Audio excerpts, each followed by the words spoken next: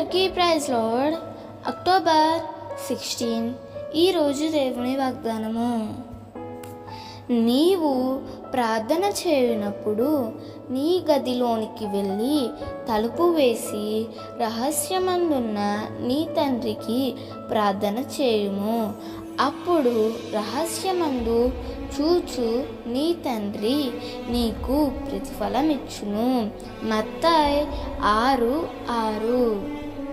నీవు ప్రార్థన చేయనప్పుడు విశ్వాసంతో రహస్యమందు చూచే నీ తండ్రికి చేసే ప్రతి ప్రార్థన ఆయన వింటున్నాడు. ఆలస్యమైన నిరాశ చెందకు.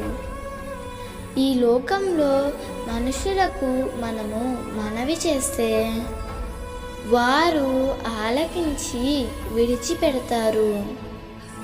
నీ పరలోకపు తండ్రి నీ ప్రార్థనలు ఎన్నడూ త్రోసివేయడు.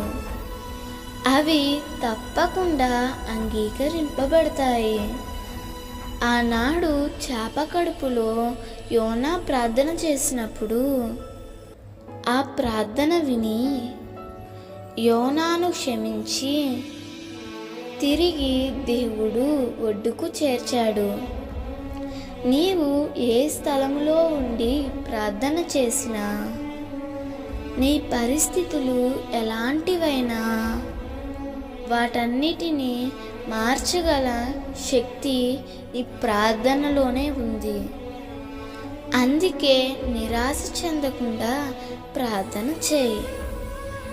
ఆశతో ఆనందంతో పరలోకమందున్న తండ్రికి మొర్రపెట్టు. తప్పకుండా ఫలాలు అనుభవిస్తావు. దేవుడు ఈ వాగ్దానము నీ జీవితంలో నిశ్చయముగా నెరవేర్చునుగాక. నీ ప్రార్థనలన్నిటికీ దేవుడు ప్రతిఫలం ఇచ్చునుగాక. ఆమేన్.